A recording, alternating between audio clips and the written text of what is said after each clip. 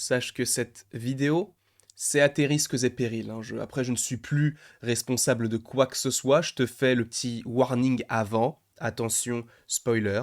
Si je te fais des théories sur Venom 3, s'il arrive un jour, évidemment, évidemment, que ça veut dire qu'il faut aller voir Venom 2 avant. Donc, évidemment, tu vas te dire, comment je peux aller voir Venom 2 avant? Tu sors la vidéo avant Venom 2. Oui, c'est vrai. C'est vrai, mais je prends de l'avance, d'accord? Donc tu me laisses tranquille. Déjà, premièrement, tu me laisses tranquille. Petit B, tu vas pas commencer à me casser les noisettes. Petit D, calmos.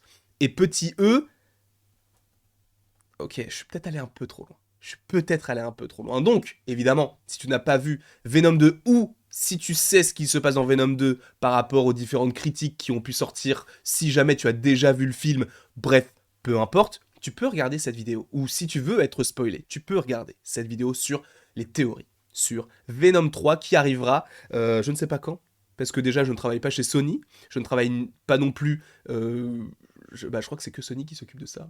Enfin, parce que je crois qu'il n'y a plus Amy Pascal qui s'occupe de tout cela. Donc bref, on s'en fout. Mais en tout cas, si tu ne veux pas être spoilé, quitte la vidéo de suite. Parce qu'en plus de ça, ce que je vais te dire dans la vidéo, ce sont des rumeurs. C'est pas juste des théories, c'est des rumeurs qui existent autour du film oh là là, j'en perds mon latin, lancé par un petit Daniel Richtman. D'accord? Donc, tu connais un peu la fiabilité du bonhomme? Oui, il se trompe de temps en temps. Oui, j'ai pas de suite, mais il t'a donné quand même pas mal de petits indices.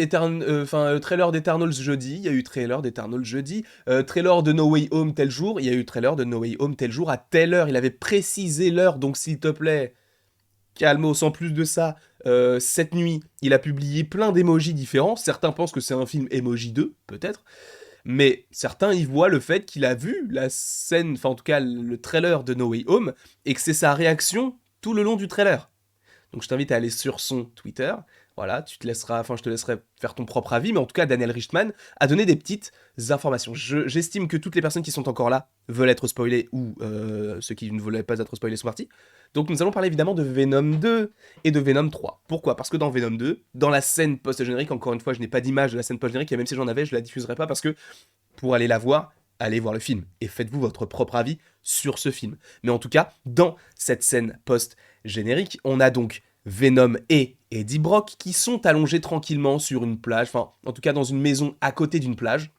Ils regardent une telenovelas, après s'ensuit ce qu'il s'ensuit, Venom dit qu'il sait faire des trucs que Eddie ne sait pas qu'il sait faire, donc il lui montre, sauf que juste avant qu'il lui montre, il se passe un truc chelou, Eddie pense que c'est Venom qui fait ça, sauf que ce n'est pas Venom qui fait ça, et tu comprends que c'est le multivers, entre guillemets, et que, en fait, la fin de Venom 2 se passe, entre guillemets, en même temps que No Way Home et cette scène de Doctor Strange qui va un petit peu tout dérégler, tout casser. Mais pourquoi est-ce qu'on dit entre guillemets que ça se passe en même temps? Parce que vu que c'est pas dans le même univers, peut-être que ça ne se passe pas à la même époque. Dans le sens où, par exemple, le Venom 1, on pouvait se dire ça se passe en 2018, pas de souci, puisque on peut supposer que ça se passe en 2018 parce que le film est sorti en 2018. Cependant, dans le MCU aujourd'hui, il y a eu tellement de films et tellement d'ellipses que on se retrouve en 2024-2025. Donc, on n'est pas en 2024 ou en 2025 dans Venom 2. On est un an, il me semble, oui je crois, un an ou 2 ans maximum avant, ou plutôt après, le premier film. Donc, on serait en 2019-2020 maximum. Donc tout ça n'est pas forcément cohérent. C'est pourquoi je mets des guillemets. Tout ça ne se passe pas en même temps parce que justement, en fait, il se passe quand même pas mal de choses par rapport à No Way Home et on découvrira ça, évidemment. Sachant que si tu as ça dans Venom, est-ce que ça veut dire que tu l'auras dans No Way Home? On en parlera dans une vidéo dédiée à Venom. Pourquoi pas? Bref, donc on a cette scène-là avec le multivers, etc. Sachant en plus, pour aller encore plus dans cette idée-là, c'est que, par exemple, tu as le Docteur Octopus, qui arrive dans No Way Home, dans un film qui se passe en 2024, et lui, son film était sorti en 2004, et donc je suppose que ça se passait également en 2004, peut-être avant peut-être 2003, puisque en gros l'attente qu'il y a entre les films, ce n'est pas forcément exactement la même qu'il y a dans la diégèse, donc à l'intérieur de l'histoire. Donc à voir après, et de toute façon on s'en fout par rapport à l'année précise, on sait que Spider-Man 2 en 2004 ne se passe pas en 2024, donc voilà. Ça prouve que peut-être que Venom pourra apparaître dans No Way Home. Non, vous allez comprendre pourquoi, même si, bon, encore une fois, ce ne sont que des rumeurs. Donc, Venom, le voici, ce petit bout de chou, hein, avec une dentition à toute épreuve. qu'est-ce qui va se passer pour lui dans Venom 3? Si jamais il y a un Venom 3. Il y aura un Venom 3 parce que le premier a bien fonctionné. Encore une fois, pour l'instant, le deuxième, c'est un peu en dents de scie dans le sens où il a très bien démarré. Et là, je crois que ça baisse parce que les gens se disent et se rendent compte que... Enfin, ils se rendent compte de la supercherie, quoi. Ils se disent, ah bah, c'est pas forcément le film que j'attendais. Et bah, oui, bonhomme. Ah bah oui. Et c'est pas faux de t'avoir prévenu. Personne ne t'a prévenu. C'est à toi de faire ton propre choix, tes propres décisions, c'est ton libre arbitre. Aparté terminé. Revenons sur Venom 3. Selon Daniel Richtman, il y aura, bien vraisemblablement, un Venom 3. Alors, quand est-ce que ça sortira? 2023, je pense plus à 2024 personnellement, puisque là, on est en 2021. En 2022, ça me semble impossible, parce que de toute façon, l'écart entre deux films qui sont des suites avec quand même un gros budget, tout ça, beaucoup d'effets spéciaux, ça me semble impossible que cela sorte l'année qui suit. Cependant, ça peut sortir, il est vrai, en 2023. Parce que, en soi, Venom, celui-ci, là, est-ce qu'il était... Il a toujours été prévu en 2021, je crois qu'à un moment donné, il n'était pas prévu en 2020. Enfin bref, en tout cas, il a été reporté plusieurs fois, si bien qu'il y a eu à peu près 2 ans entre le premier et le deuxième film. Bon, là, aujourd'hui, il y en a eu 3 parce qu'il a été reporté, mais s'il n'y avait pas eu les reports, il y aurait eu à peu près 2 ans.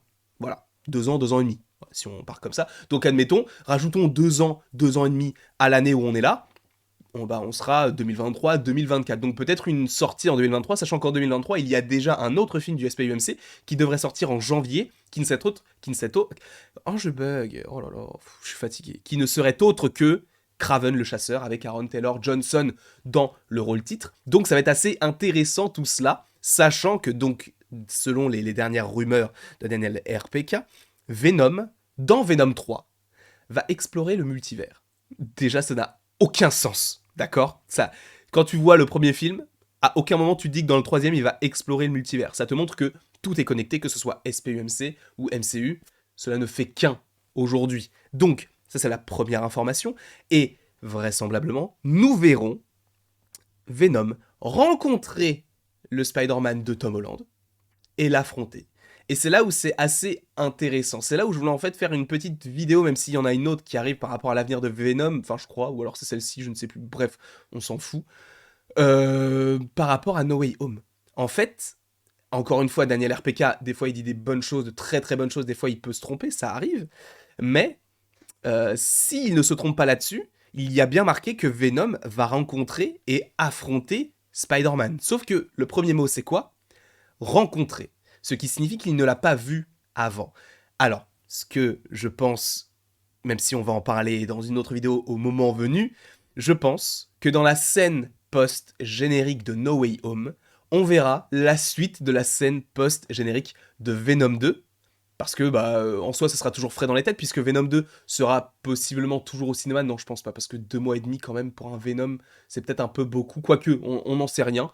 Bref, en tout cas, peut-être que Venom sera toujours entre guillemets dans les têtes par rapport à la scène post-générique et qu'à la scène post-générique de No Way Home, on ait un lien direct avec Doctor Strange pour une première scène post-générique et une deuxième scène post-générique qui se passe à la toute fin avec Venom qui arrive dans le MCU.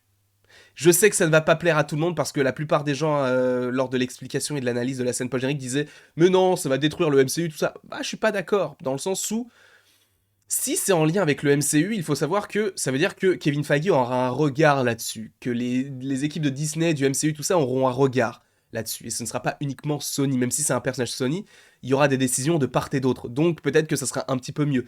Mais il est vrai que Venom, dans Venom 3, en tout cas, devrait rencontrer et affronter le petit Spider-Man et que ce sera lié donc au multivers. Sachez que j'ai lu ça le 16 septembre. D'accord? Donc ça fait quasiment pile un mois. Ça fait un mois que j'ai lu cette news-là, sans pour autant vous en parler, parce que je me suis dit, c'est peut-être un peu tôt. Là, c'est plus tôt. Enfin, c'est un peu tôt, parce qu'en soi, le film n'est pas sorti, mais l'idée est folle. L'idée est folle. Après, encore une fois, comment est-ce que ça va s'agencer?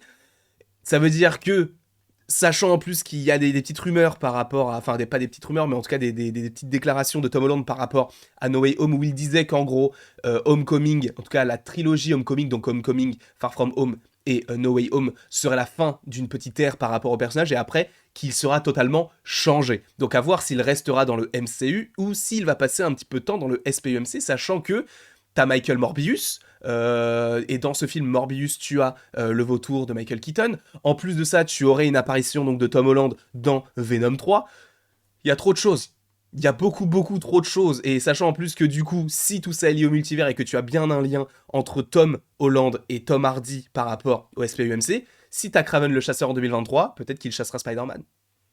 Peut-être. On n'en sait rien. C'est tout à fait possible. Et du coup, que Tom Holland devienne vraiment le Spider-Man de ces 20 prochaines années. Et qu'il fasse réellement la passerelle entre le SPUMC et le MCU. Et peut-être que, admettons, je vais trop loin. Et ça, pour ça, je vais me mettre en grosse tête. Je vais peut-être trop loin dans l'idée, mais imaginons que Tom Holland puisse revenir pour quelques rassemblements dans le MCU, donc des Avengers ou des gros films comme possiblement Doctor Strange 2, mais qu'il soit plus dans le SPUMC et que du coup ça... En fait, Sony a une bonne idée s'ils font ça, pardon, dans le sens où ils vont se servir de ce qu'a fait le MCU avec le Spider-Man de Tom Holland pour se dire, bah, vu que ça a bien marché de leur côté, on va l'utiliser pour que des films qui sont pas forcément les plus attractifs à première vue, bah, puissent donner envie aux gens de les regarder. Et je pense notamment à Michael Keaton qui est dans la scène post-générique de Morbius. Sans ça, enfin dans la scène post-générique du trailer de Morbius, parce que sans ça, je pense que le trailer serait passé un peu inaperçu, même si, même avec ça,